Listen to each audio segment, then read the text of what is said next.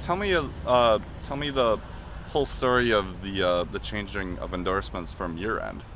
Okay, well, it's kind of long, but I'm going to try to cut it down for the sake of this interview. But so earlier this year, all the candidates on the ballot or that were declared, were invited by the Yakima County Republicans to an event in which we were able to speak and answer questions and have them consider us to be endorsed by the Yakima County Republican Party.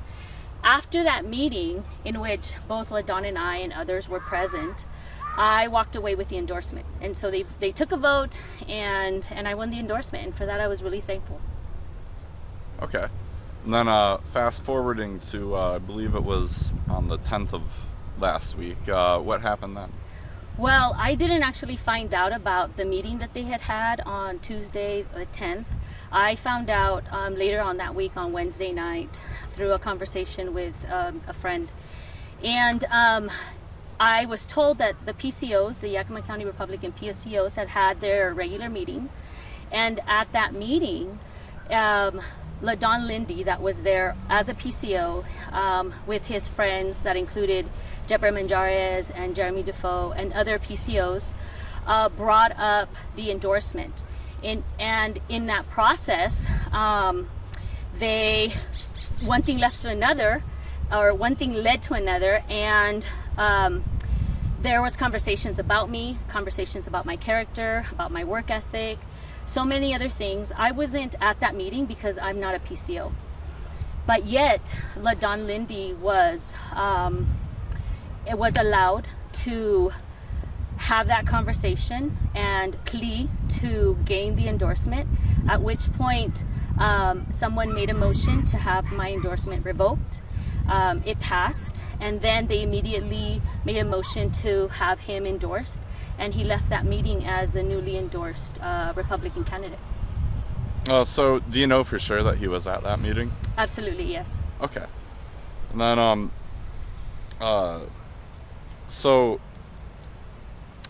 why is he allowed to be one of the PCOs, or do you know why he's allowed to be one of the PCOs that can vote on who can he can endorse when he's also a candidate? You know what? I'm not entirely sure about that, but I was also in line to be a PCO next year for the Yakima County Republicans. And so if I had been a PCO, I would have been there. But the reality of the matter is this: that was an official meeting. It was an exclusive meeting for PCOs. Other people were not allowed to comment on the discussion, only the PCOs. And it seemed very orchestrated by LaDon Lindy and his supporters. He made sure, and his supporters made sure, that they brought up this subject at a meeting I was not present. I couldn't advocate for myself. It was unjust, and I was basically silenced. I had some supporters there, I heard, that were arguing on my behalf, that had felt that the process wasn't fair.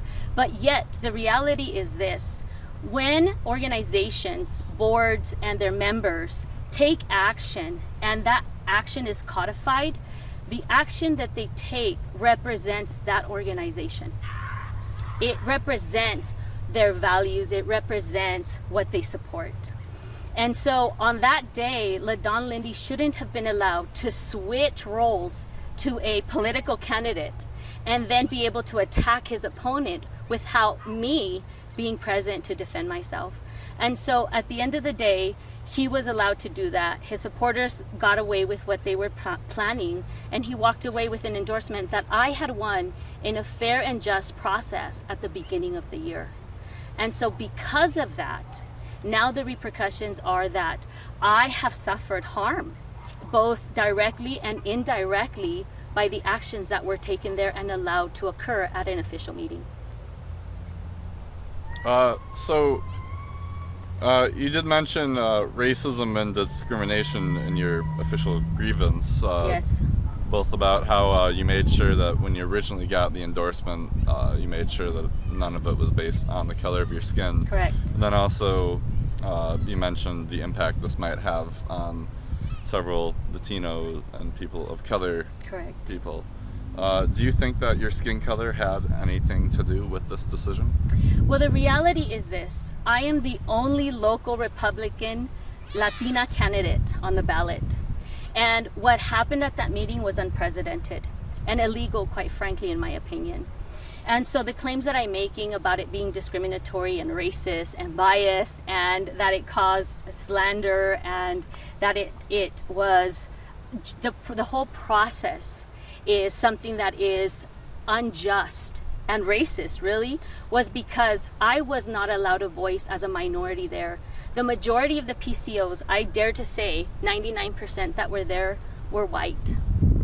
And there was, as far as I know, there was only one other minority there. That was also one of my supporters.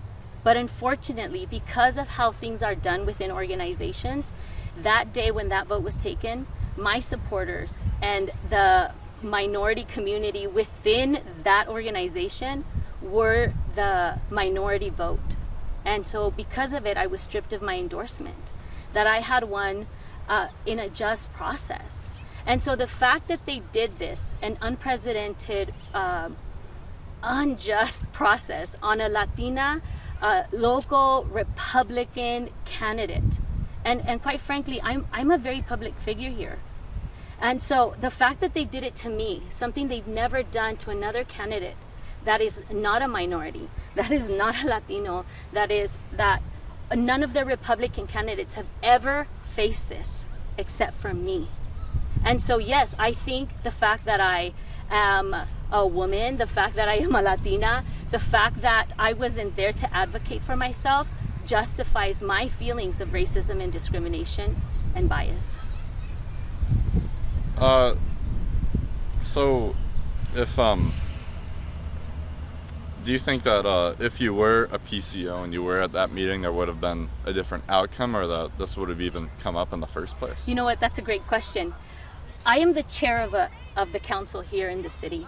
I run meetings. I am very well versed in the legitimate processes, parliamentary processes. What happened at that meeting wasn't on the agenda. It wasn't there was nothing on there that there was going to be a discussion about revoking endorsements or endorsing another candidate for commissioner of District 3. And so the fact that that was even allowed to happen was, again, unprecedented. If I had been a PCO, things would have been different, because I would have said, no, if this discussion is going to continue, it needs to be done at a public meeting with, well, both candidates, regardless of who they are. They're going to be given the same just process and ability to advocate and speak for themselves and be able to debate it. If this process had happened, so to speak directly to your question, if this process, if the revoking of my endorsement had happened in a public meeting where I was present, where I had the opportunity to voice and advocate and defend myself against my accusers, I would have nothing to stand on, nothing. But that didn't happen. I was excluded. My voice was silent. And it was silent not only by local Republicans, but also by state level Republicans. They should have been ashamed of what they did. But they were there with an agenda, with a purpose, and they won. They got what they went to do there because they knew I wasn't going to be there. And so that is why everything was so unjust about the whole process that happened at their legitimate official business meeting. Just how important is this? How important is the endorsement of the Yakima County Republicans? You know, thank you for asking that, because I think that's a very valid question. After my endorsement was revoked, people have told me it wasn't about race. It's not a big deal. I was told that the endorsement was hurting my campaign because as a Latina candidate and a Republican, that maybe Democrats that are minorities were not voting for me because I was endorsed by the Republicans. So many excuses that after the fact are irrelevant, because again, I wasn't there. I wasn't there to defend myself. So when we talk about this endorsement, this is why, to me, it was important, because that is really all that I had. I was one of the first endorsed Latina local candidates, and they endorsed me over the incumbent. He couldn't get over that. Scheming Lindy couldn't get over that. And so he went there to take back what he felt was rightfully his. He went to take back what he lost at the beginning of the year. And so when I won the endorsement, I won it in a just process. It was fair and square. He couldn't get over it. And if this endorsement wasn't a big deal, then why couldn't he let it go?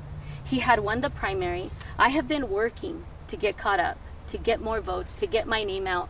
The amount of money that I have in my campaign is nothing compared to how much he has. Deborah Manjares has over 100 grand. Jeremy Defoe has over 100 grand. They didn't need to do this to me. They didn't need to set a precedent with me, to make an example out of me. The only Hispanic candidate, are you kidding me? But that's what they did. So if this endorsement wasn't important, then why did LaDon Lindy have to have it? Why couldn't he let it go and just be a man of honor, a man of integrity, transparent, and have just taken his win, if that's truly what was going to happen in November? Then my last question is, just to let you know, I will be speaking with Mr. Lindy a little bit later today about this. Is there anything that you'd like to say directly to him or regarding him? He has told me that he had nothing to do with it. So is there anything that you'd like to say to that? Well, again, what he has to say, what the Republicans have to say, what they deny happened or deny they didn't do is irrelevant at this point. I wasn't there. He knew I wasn't going to be there. If he was a man of honor, he should have stopped them. If he wasn't there with the intention, and his supporters there with the intention of doing what they did, then they should have stopped it. They all know. Deborah Manjares used to be the chair of the Republican Party. She knows the processes.